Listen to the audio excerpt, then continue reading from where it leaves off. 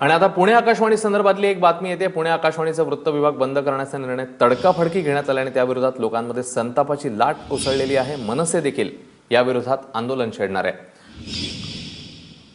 मंदार गुंजारी आपले प्रतिनिधी आपल्या सोबत आहेत। मंदार, का हा निर्णय झालेला आणि कशा प्रकारे याच्या प्रतिक्रिया उमटतात?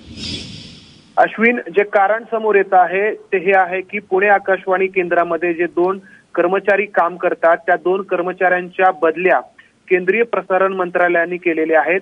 एका कर्मचाऱ्याची बदली जम्मू काश्मीरमध्ये करण्यात आली आहे, तर दुसऱ्या अधिकाऱ्याची बदली कोलकात्याला करण्यात आली आहे।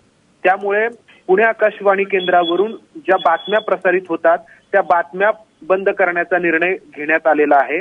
तशा प्रकारची माहिती इथे जे कर्मचारी काम करतात त्यांना देण्यात आलेला आहे। त्यामुळे साहजिकच पुण्यामध्ये संतापाचं वातावरण आहे।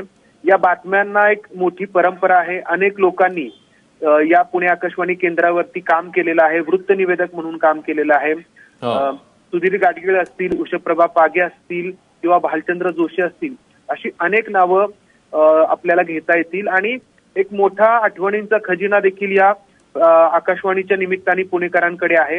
आणि फक्त केंद्र सरकारच्या या निर्णयामुळे 2 अधिकाऱ्यांच्या बदल्यांमुळे जर संपूर्ण वृत्त विभागच बंद होत असेल तर पुणेकरांचा संताप होणं साहजिक आहे।